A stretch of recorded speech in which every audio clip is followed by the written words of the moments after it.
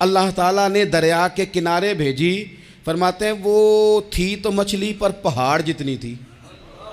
بخاری میں لفظ ہیں، حضرت جابر ابن عبداللہ رضی اللہ تعالیٰ عنہ فرماتے ہیں 300 آدمی 18 دن تک اس مچھلی کو کھاتے رہے، مچھلی ختم ہی نہیں ہوئی۔ مچھلیاں نہیں، مچھلی کہتے ہیں 18 دن 300 بندہ کھاتا رہا، مچھلی ختم ہی نہیں ہوئی۔ اور فرماتے ہیں کہ اس کی ہڈی نکال کے، کانٹا کہیں گے آپ اپنی زبان میں، کہتے ہیں وہ نکال کے نا تو اس کو کھڑا کیا نا جب، تو اونٹ کجاوے سمیت اس کے بیچ سے گزر جاتا تھا، 2 اس کے کانٹے جوڑے۔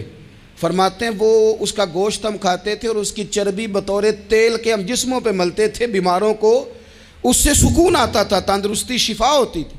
فرماتے ہیں ہم کھایا بھی ہم نے اور کچھ لے کے ہم مدینے بھی گئے، اور قربان جائیں نبی پاک نے بھی اس میں سے کھایا۔ ہم نے عرض کی حضور یہ معمہ کیا ہے، یہ ماجرا کیا ہے؟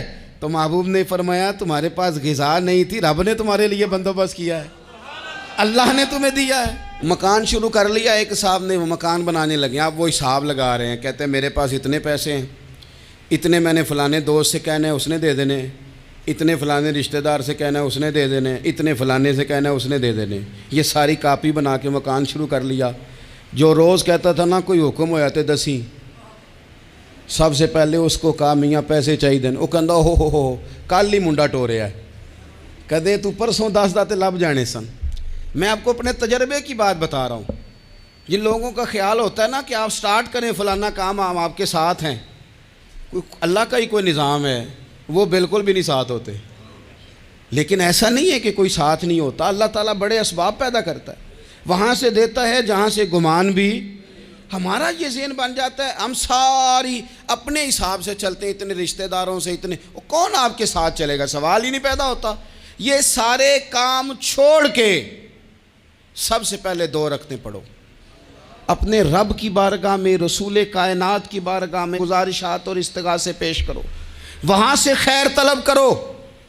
دنیا دار کیا دیں گے، کیا دے سکتے ہیں، کیا حیثیت ہوتی ہے کسی؟ اللہ کہتا ہے وہاں سے دوں گا۔ تو جو اللہ مال دے وہ لینا چاہیے کہ رشتہ داروں کا مال دیکھنا چاہیے؟ جو اللہ دے وہ لینا چاہیے کہ سیٹھوں نوابوں کی جیبیں دیکھنی چاہیے؟ جو اللہ دے وہ قبول کرنا چاہیے یا دیکھنا چاہیے کون سا آدمی کہاں پہنچ گیا؟ چھوڑو، اپنی مٹی پہ چلنے کا سلیقہ سیکھو۔ کسی کے سنگ مرمر پہ چلو گے تو پھسل جاؤ گے، پھسل جا۔ اس پر ایک اور بات عرض کر دوں، صحیح بخاری سے، مسلم سے ایک اور بات۔ کچھ چیزیں ایسی ہیں جن سے اللہ کی مدد آتی ہے، مدد ملتی ہے۔ ایک چیز ان میں سے ایسی ہے جس سے بہت مدد نازل ہوتی، وہ ہے کہ جب رب آپ کو دے نا تو پھر آپ بھی اس کے رستے میں دیں، پھر مدد آتی ہے، پھر اور آتا ہے۔ بخاری مسلم میں حدیث ہے، یہ زیادہ ہی توجہ طلب امر ہے، اس پر آپ غور کریں گے۔ حضرت ابو ہریرہ فرماتے ہیں کہ نبی پاک علیہ السلام نے فرمایا ایک شخص نے بادلوں کے اندر سے آواز سنی کہ فلاں آدمی کا کھیت اور باغ خشک ہو گیا ہے، وہاں برسو اور اس کے کھیت کو سیراب کرو۔ وہ بڑا حیران ہوا کہ بادل سے آواز آ رہی۔ پھر اس نے دیکھا کہ ایک پہاڑی پر بارش ہوئی، وہ بادل وہاں برسا، پھر نالیوں سے ہوتا ہوا پانی ایک طرف چلا۔ تو جس نے آواز سنی تھی، حضور بیان کر رہے ہیں، وہ بھی پیچھے پیچھے چلا کہ پانی کدھر جا رہا ہے۔ اس نے جا کے دیکھا کہ ایک مقام پہ ایک باغ کو وہ پانی لگ رہا ہے اور ایک آدمی وہ پانی لگا رہا ہے۔ اس نے اس سے پوچھا تیرا نام کیا ہے؟ اس نے کہا کیوں؟ کہنے لگا بتا نا۔ اس نے نام بتایا تو کہنے لگا یہی تو وہ نام ہے جو میں نے بادلوں کے اندر سے سنا ہے کہ فلاں کے کھیت کو پانی دے دو۔ اس نے کہا یار تو کیا عمل کرتا ہے کہ اسپیشل تیرے لیے بارش برسے؟ یہ بخاری پڑھ رہا ہوں، سیاستہ سے حدیث عرض کر رہا ہوں۔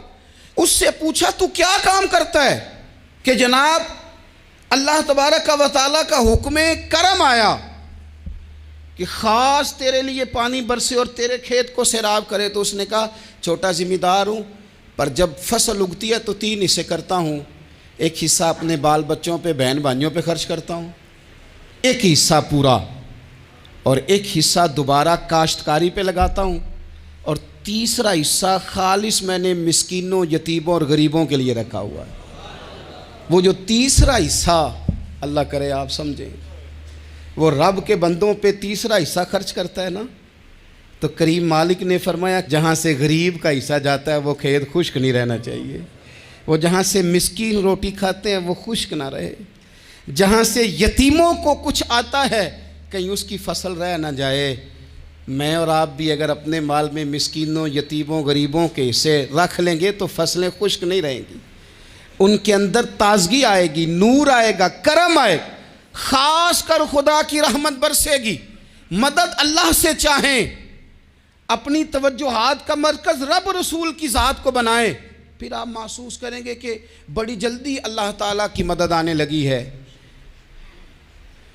کبھی آپ صرف کہہ دیں نا میرا رب میرے ساتھ ہے، اس لفظ میں اتنی طاقت ہے کہ دشمن ویسے زہر ہو جاتا ہے۔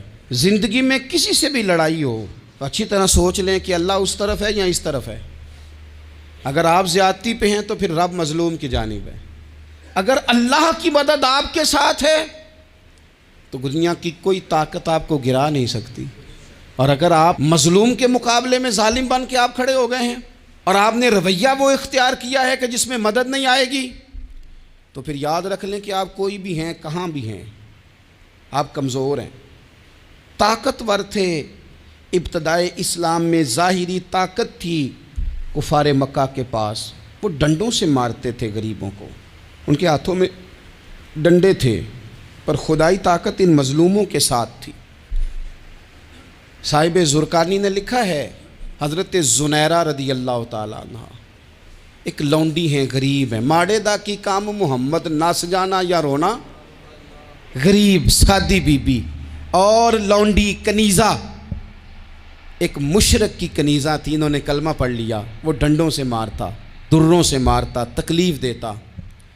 حضرت زنیرہ رضی اللہ تعالیٰ عنہ کو اتنا مارا، اتنا مارا۔ اب آپ ایک اور